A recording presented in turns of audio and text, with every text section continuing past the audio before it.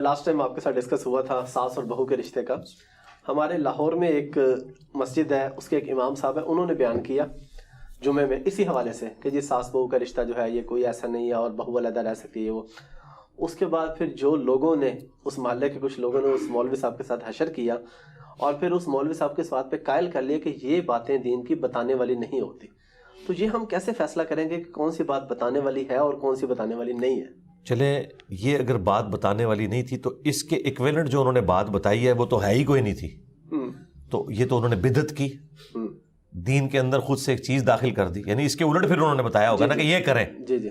تو جو چیز نہیں تھی وہ عوام کے ڈر سے آپ نے خود دین میں داخل کر دی, اور جو دین نے آپ کو بتائی تھی وہ آپ نے چھوڑ دی.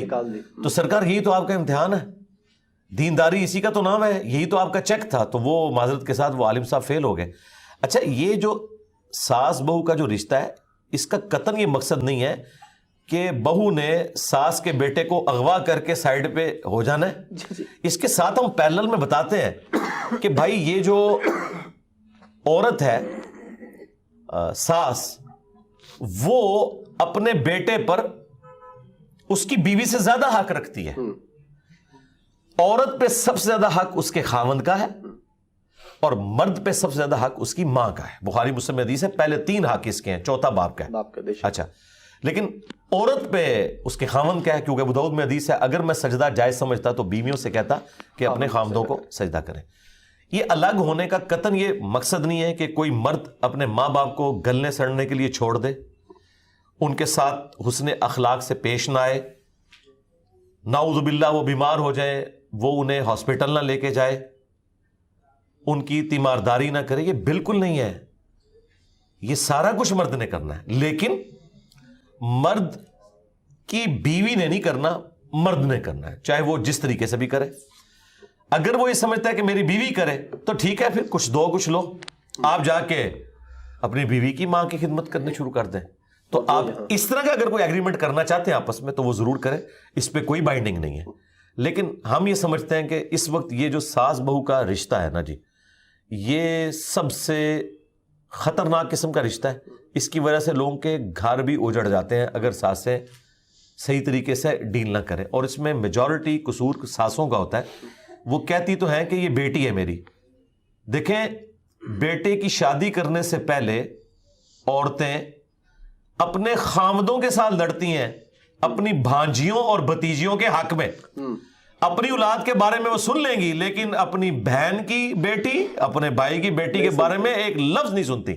لیکن اسی بیٹی کو جب بیاہ کے لاتی ہے نا تو سب سے بڑی چڑیل وہی والی اس کی خالہ اور پھوپھی بن جاتی ہے.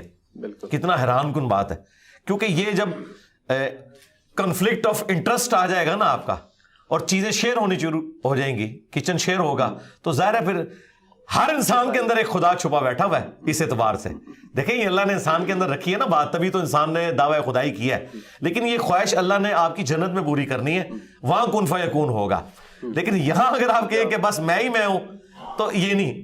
تو اس ایگو کے اوپر آپ نے قابو پانا ہے.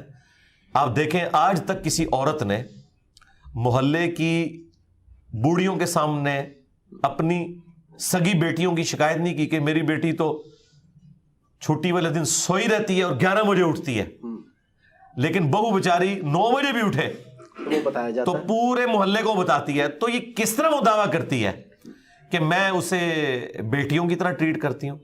اور پھر ذرا اسی ساس سے پوچھیں کہ تمہاری جو بیٹی ہے اس کا شوہر کیسا ہونا چاہیے, تو وہ تو کہے گی کہ رن مرید ہو. بالکل. تو بس پھر جو اپنے لیے پسند کرتے ہو, بخاری مسلم میں ہے, وہی دوسرے کے لیے بھی پسند کرو.